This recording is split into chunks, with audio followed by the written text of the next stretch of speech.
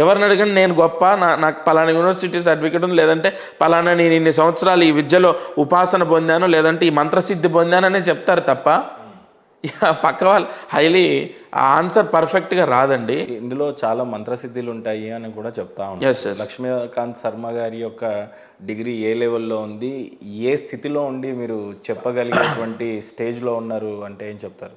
First of all జ్యోతిష్యము శాస్త్ర సంబంధితంగా నాలెడ్జ్ని ప్రసాదిస్తే దాన్ని వ్యక్తం చేయాలి. ఇప్పుడు బుధుడు దశమంలో ఉన్నాడు, కేంద్రంలో బుధుడు ఉంటే నీకేంటి తిరుగులేదు అనే వే ఆఫ్ స్టైల్లో వెళ్ళకూడదు. వెంటనే దశమంలో బుధుడు ఉంటే కారకో భావనాశయ అంటే అతను జాబ్ చేయడానికి అనర్హుడు, లేదా జాబ్ సరిగా చేయడు, మూడీ ఫెలో, లేదంటే జాబ్లో స్థిరంగా ఉండడు, పర్మనెంట్ జాబ్ అనేది అతనికి ఉండకపోవచ్చు అనే వే ఆఫ్ ఎక్స్ప్లెనేషన్ ఉంది చూడండి, అది మంత్రసిద్ధి. లక్ష్మీకాంత్ శర్మ ఏ స్థాయిలో ఉన్నాడు అంటే అది పబ్లిక్ ఆన్సర్ ఇవ్వాలి. ఈయన నా నుంచి నేను ఎలా చెప్తానంటే, జ్యోతిష్యము సబ్జెక్ట్ అంతా నేర్చుకున్నది ఒక ఎత్తు అయితే మన వాక్శుద్ధి ఫలించాలి. ఒక వ్యక్తి నా దగ్గరికి వచ్చాడు వివాహం గురించి, 2025లో అక్టోబర్ లోపు వివాహం అవుతుంది అని నేను రాసినప్పుడు ఎగ్జాక్ట్ అక్టోబర్లో అవుతుందని రాయకూడదు, అది అధర్మం. ఎందుకంటే అతని డేట్స్ నీకు ఎలా తెలుస్తాయండి మాట. రెండోది, ఎగ్జాక్ట్ అక్టోబర్లో అవుతుందంటే అక్టోబర్లో మూడాలు ఉంటాయి, లేదు అక్టోబర్ లోపు అంటే అతను విదేశాల్లో ఉన్నాడు. నేను రాసిందే చెప్తున్నాను. రీసెంట్గా 2 days బ్యాక్ విదేశాల్లో ఉన్న వ్యక్తికి వీసా ప్రాబ్లం ఉండొచ్చు, డేట్స్ దొరక్కపోవచ్చు, రకరకాల కారణాలు ఉంటాయి. బట్ అక్టోబర్ దాటదు అన్నది ఎలా క్యాలిక్యులేట్ చేశానంటే, అతని గోచార ఫలితం కానీ జాతకంలో దశ అంతర్దశ విదశ ఉంటుంది. మళ్ళీ ఆ విదశ స్థానాన్ని బట్టి గ్రహాలు ఎటు మారుతున్నాయి అన్నదాన్ని బట్టి ఈ టైం నుంచి ఈ టైం లోపు అవుతుందని చెప్పాలి. కాబట్టి ఇవన్నీ కూడా తపస్సుతో ఆధారపడి ఉంటాయి. సబ్జెక్ట్ రావడం ఒక ఎత్తు అయితే, తపస్సు అన్నది అంటే ఒక పలానా దేవి ఉపాసన, లేదా పలానా దత్త ఉపాసన, పలానా దైవాన్ని మనము అక్షరలక్ష జపం చేసి ఆ దైవాన్ని మనం ఉపాసన చేసి మంత్రసిద్ధి పొందితే నీకు సత్సంకల్పం, నీకు ఒక సంస్కారం ఏర్పడుతుంది. సంస్కారం ద్వారా నువ్వేం చేస్తావు, విచక్షణ జ్ఞానం కోల్పోకుండా వచ్చిన వాడి యొక్క బాధని ఫస్ట్ నీ మనసు స్వీకరించాలి. ఏంటి చెప్పు, ఏంటమ్మా బంగారం పోయిందా, బంగారం ఇగో 10 రోజుల్లో దొరుకుతుంది, 10,000 రూపాయలు ఇస్తే నేను ఒక యంత్రం ఇస్తా, నీ బంగారం దొరుకుతుంది, ఓకేనా అని నువ్వు అసలు ఒక కామన్, నీ దగ్గరకు వచ్చేది భోజనం చేయడానికో, లేదంటే జస్ట్ ఒక ఫార్మాలిటీకి ఒక చొక్కా కొనుక్కోవడానికో. నార్మల్ పర్సన్కి నీకున్న తేడా ఏంటంటే 2 చేతులు జోడించి నమస్కరిస్తారు. ఆఖరికి ఒక మినిస్టర్ అయినా దండం పెడతారో పెట్టరో కానీ ఆ మినిస్టర్ స్థాయిలో ఉన్నవాడు కూడా నీకు దండం పెడతాడు. ఎందుకో తెలుసా, వన్ అండ్ ఓన్లీ నీలో ఉన్న మంత్ర దీక్ష, వాక్కు. అది నీకేమవుతుందంటే, ఈ తపస్సు నిన్ను ఆవహిస్తే నీకు సంస్కారం వస్తుంది. ఆ సంస్కారం ఏం చేస్తుందో తెలుసా, ప్రతి పర్సన్ దగ్గర డబ్బు ఎంత ఉందనేది చూడదు, వాడి బాధను ఎలా విముక్తి చేయాలన్నది ఆటోమేటిక్గా నీ మైండ్ నీకు చెప్తూనే ఉంటుంది. ఎక్కడి నుంచి, ఆ అధిష్టాన దైవం యొక్క తపోశక్తి. కాబట్టి లక్ష్మీకాంత్ శర్మ నాకు తెలిసి సబ్జెక్ట్లో ఎంత గొప్పవాడు అంటే, భగవంతుడి అనుగ్రహం ఎంత ఉంటే అంత, అంతే అండి. ఇంకొకటి, మీరు అడిగిన దాని ప్రకారం జ్యోతిష్యం ఒక్కటే తెలిసుంటే కాదు, దానికి ఎంతో కొంత కాదు, 100% తపోజ్ఞానం ఉండాలి. తపోజ్ఞానం లేకుండా నేను రోజు 2 చేతులు జోడించి దండం పెడితే ఒక దీపం ముట్టిస్తాండి, అంతవరకు అయితే ఓకే, మిగతా అంతా నా భార్య చేస్తుంది అంటే ఓకే, అది అన్ని రంగాలకు చెందుతుంది, జ్యోతిష్యానికి కాదు. జ్యోతిష్యం అక్షరం భగవంతుడి యొక్క వాక్కు, అమ్మవారి వాక్కే. ఎదుటివాడి జీవితం అంటే అంత సరదా ఏం కాదు కదా. నిన్ను నమ్మి 40 లక్షలు కాదు, 4 కోట్లు ఈ వైన్ స్టాండర్లో పెట్టారు. సో అండ్ సో పర్సన్ని నమ్మి మొత్తం మునిగిపోయారు. అంటే ఒక పండితుడు చెప్తే. కాబట్టి ఆ 4 కోట్లు రికవరీ అతనికి కావాలంటే ఏం అమ్ముకోవాలి, అతని పరిస్థితి ఏంటి? నీకు నోటికొచ్చి నువ్వు చెప్పావు, ఈ 2 గ్రహాలు శని రాహువులు కలిసి ఉన్నారని చెప్పారట. ఒక కాంబినేషన్ ఆధారంగా తీసుకోవద్దండి. హోరా చక్రం ఉంటుంది, D10 చార్ట్ ఉంటుంది, లగ్న భావచక్రాలు ఉంటాయి, అసలు దశమాధిపతి ఏ నక్షత్రంలో ఉన్నాడు, ఆ నక్షత్రాధిపతి ఎక్కడున్నాడు, లగ్నాధిపతి ప్రధానంగా ఏ గ్రహాన్ని అంటే ఏ గ్రహంతో కలిసి ఉన్నాడు, వీటిని బట్టి ఎగ్జాక్ట్ ఈ బిజినెస్లో నువ్వు రాణిస్తావు, నీకు తిరుగులేదు ఈ టైంలో అని ఒక మనకు ఆ క్లారిటీ ఇవ్వాలి. ఇప్పుడు ఆ మనిషి యొక్క వీక్నెస్ మీకు బిజినెస్గా కనపడట్లేదు. ఎక్కడ వీక్ అయ్యాడు ఆ మనిషి అసలు? ఇప్పుడు ఆ మనిషి ఏంటంటే ఈ టెండర్ వేస్తే నాకు వస్తుందేమో అన్న ఉద్దేశంతో ఆ పండితుడి దగ్గరికి వెళ్ళాడు. సో ఈ పండితులందరికీ వాడు అవసరము, ఈయనకి బిజినెస్ అవ్వట్లేదా? ఎందుకు పండితులు ఏ రకంగా సమర్థించుకుంటారు అది? నో దాన్ని out and out commercial business గా చేసుకోవాలని చెప్పేసి ఇతర ఏ మతాల్లో లేదు. కేవలం హిందుత్వంలో ఈ పండితులు కూడా కేవలం జ్యోతిష్యం చెప్పే వాళ్ళ మీదనే ఈ అపారమైన ఒక రాంగ్ మచ్చ అనేది ఉంది. యాక్చువల్ చాలా మంది కాదండి, తప్పదు. ఏ మతం, ప్రతి మతంలో ఉందండి. ప్రతి మతం తాయెత్తులు అమ్మేవాడు తాయెత్తులు అమ్ముతున్నాడు, కొబ్బరి నూనె అమ్ముతున్నారు ఒక మతంలో తాయెత్తులు అమ్ముతున్నారు, ఒక మతంలో హోమాలు చేస్తున్నారు. ఇప్పుడు మతానికి దీనికి సంబంధం లేదు. రెండో అయితే గురువు యొక్క స్థాయిని బట్టి డబ్బులు సంపాదించుకునే సిస్టమ్ కూడా హిందుత్వంలో చాలా మచ్చ తెచ్చి పెడుతుంది. కారణం ఉదాహరణకు సపోజ్ ఆ దేవాలయం పేర్లు అయితే చెప్పను కానీ ఒక దశమహావిద్యా హోమం చేయించుకుంటే 10 కోట్లు పెట్టిన వాళ్ళు కూడా ఉన్నారు. ఓకే, ఇందాక మీరు చెప్పినటువంటి వైన్ స్టెండర్ ఆయన స్థాయిలో ఆయన ఎంత చెల్లించుకున్నారో తెలియదు. ఓకే, అసలు దీన్ని ఒక ఎథికల్ బిజినెస్ అనే అనవచ్చు కదా. నేను అదే చెప్తున్నానండి. మీరు ఏ రంగంలోనైనా ఎలాగైనా చేయొచ్చు, జ్యోతిష్యంలో ఆ పొరపాటు చేయకూడదు. ఎందుకంటే ఇది నీకు ఒక సన్నిహితంతోనో లేదంటే ఒక స్థితి, ఒక పొజిషన్తోనో మనం చెప్పకూడదు. అతను ఏం చేస్తాడన్నది కూడా నేను అడగను. అడిగితే నీ గౌరవ మర్యాదలు, నీ మాట మారిపోతుంది. పోలీసు వచ్చాడు అనుకోండి, ఒకలాగా మాట్లాడతావు. ఇప్పుడు సపోజ్ ఒక ఏసీపీ వచ్చాడండి, ఏసీపీకి ఒక ల్యాండ్ సమస్య ఉంది, లేదా ల్యాండ్ సేల్ అవ్వాలని ఉందనుకుందాం. ల్యాండ్ సేల్ అవ్వాలని ఉంటే అతను పోలీస్ అని నాకు చెప్తే నా వే ఆఫ్ స్టైల్ మారుతుంది. ఓకేనా? అసలు జ్యోతిష్యం అన్నదానికి మీరు అడిగారే, ఎలా దీన్ని జేబులు నింపుకోవడమా లేకుంటే ఎదుటి వాడి ఆశని క్యాచ్ చేసుకోవడమా, అవన్నీ జరగకూడదు. జరుగుతున్నాయి కాబట్టి మీలాంటి వాళ్ళు ఇష్టం వచ్చినట్టు మమ్మల్ని ప్రశ్నిస్తున్నారు. లేకపోతే మమ్మల్ని ప్రశ్నించే హక్కు ఎక్కడ వస్తుంది మీకు? వాస్తవం, ఇంపాసిబుల్. ప్రతిరోజు భగవంతుడి పాదాలు పట్టుకొని అనుక్షణం వేదాన్ని వల్లించే మమ్మల్ని కూడా ప్రశ్నించే రైట్స్ ఎలా వస్తున్నాయంటే, మాకు సంబంధించి మా వృత్తిని మా వృత్తి అని చెప్పి ఒక వస్త్రాన్ని ధరించి అక్కడ దుర్మార్గం జరుగుతుంది కాబట్టి మమ్మల్ని ప్రశ్నిస్తున్నారు. అది చెయ్యకూడదు. ఎందులోనైనా దాన్ని యాక్సెప్ట్ చేయొచ్చు, కానీ ఒక దేవాలయాన్ని సృష్టించుకొనో లేదంటే ఒక దేవుడికి సంబంధించిన వాక్కుని, ఆ దేవుడు అన్నటువంటి ఒక రూపాన్ని అక్కడ పెట్టో, లేదంటే దేవుడు అనే మాటలు వాడుతూనో అన్నదానం చేస్తున్నామనో లేదా అదనో ఇదనో డబ్బులు దోచుకోకూడదు. అది ఈ క్షణం మాత్రమే. వాడి భార్య పిల్లలో ఎక్కడో ఒక దగ్గర వాడికి ఎఫెక్ట్ ఉంటుంది. ఇది అక్షరాల నిజం. ఏ వృత్తిలోనైనా మోసం చేస్తే దెబ్బ పడుతుంది. అందులో దేవుడు అన్నటువంటి మార్గంలో మనం నడుస్తున్నప్పుడు అందులో మాయ చేసి సంపాదిస్తుంది అత్యంత దుర్మార్గం. అంటే ఆ వీక్నెస్ని క్యాచ్ చేసుకునేటువంటి పండితులకు కానీ మీకు కానీ ఉన్న తేడా ఏంటంటే ఏం చెప్తారు మీరు? 100% అలా ఉన్నటువంటి వాళ్ళకు నాకు తేడా ఏంటంటే, నేను ఇవాళ ఒక జాతకాన్ని చెప్తే నేను కష్టపడ్డందుకు నాకు ఇంత వస్తే చాలని 500 తీసుకుంటున్నాను. అదే 500 తీసుకొని ఇంత ఫేమ్ వచ్చిన తర్వాత నాకు నేనేం గొప్ప అనట్లేదండి, మినిమం కొంతన నన్ను గుర్తుపడతారు కదా. ఈ ఫేమ్తో నేను 5,000 చెప్తే ఇస్తారు నాకు డబ్బులు. లేదా ఆయన దగ్గర సబ్జెక్ట్ ఉందో లేదో, ఇగో దీని గురించి కరెక్ట్గా చెప్తారు అని చెప్పి నాకు ఇస్తారు. నా స్థాయి, నేను పడ్డ కష్టానికి అది చాలానే తీసుకుంటున్నాను. ఇక్కడే నేను సక్సెస్ అయ్యాను.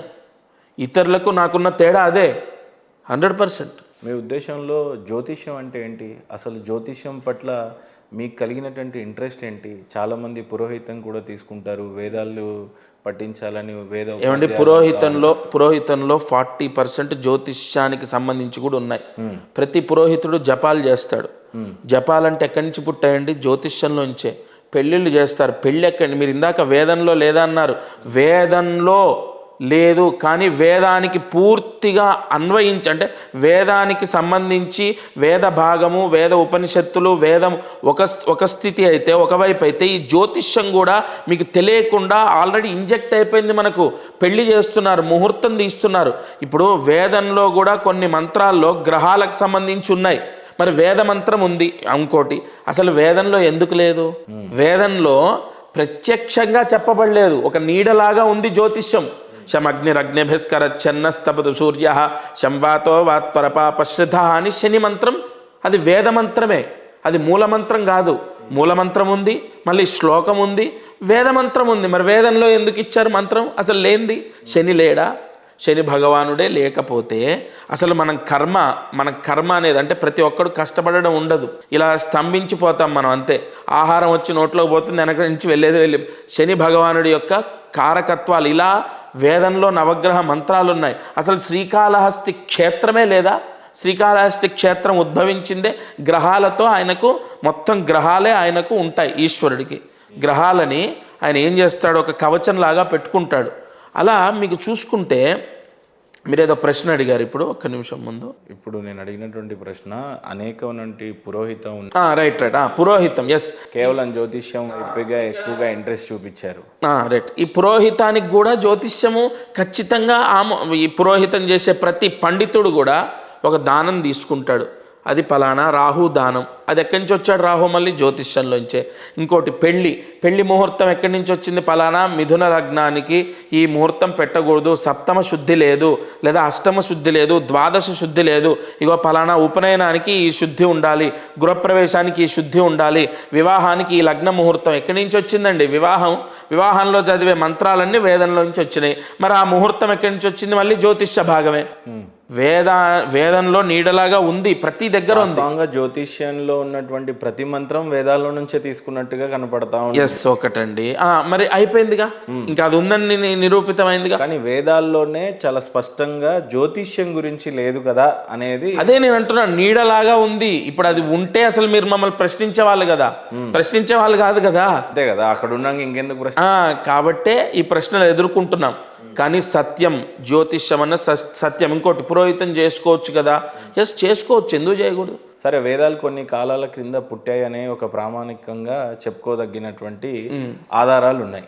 జ్యోతిష్యం ఎప్పుడు ఆవిర్భవించింది, అసలు దాన్ని ఎందుకు మీరు కానీ లేదా ఇంకెవరైనా సరే నేర్చుకొని ఉపదేశించాలి, లేదంటే చాలామంది మార్గం కావాలి అని అంటే దానికి జ్యోతిష్యాన్ని నమ్ముతారు, చాలా ప్రామాణికంగా తీసుకుంటారు. శుభకార్యాలైనా ఏవైనా ఇంకా మీరే చెప్పాలి. సో దీని హిస్టరీ ఏంటి అసలు? అసలు జ్యోతిష్యం అంతం అవ్వదండి. జ్యోతిష్యం మనం సృష్టించింది కాదు.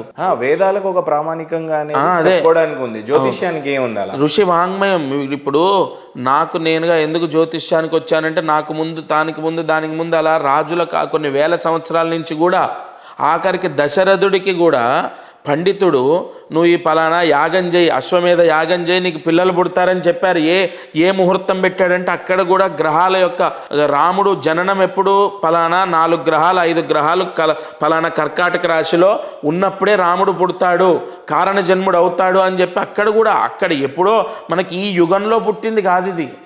ఈ యుగంలో పుట్టిందిగా. ఎక్కడ దీని యొక్క ప్రారంభం అంటే అసంభవం చెప్పడం. సనాతన ధర్మం లాగా 100% అండి. రెండోది, తర్వాత ఇంకో ప్రశ్న ఏంటంటే, ఈ జ్యోతిష్యంలోకి ఎందుకు వచ్చారు మీరు? జ్యోతిష్యం చెప్పాల్సిన అవసరం ఏంటి అంటే 100% అవసరమే. ఇది మేము వచ్చింది కాదు, ఆటోమేటిక్గా సృష్టిలో ఈ పలానా ఇది అని ఎలా సృష్టింపబడ్డాయో జ్యోతిష్యం కూడా మనోధైర్యం. జ్యోతిష్యం సెల్ఫ్ కాన్ఫిడెంట్ మనిషికి.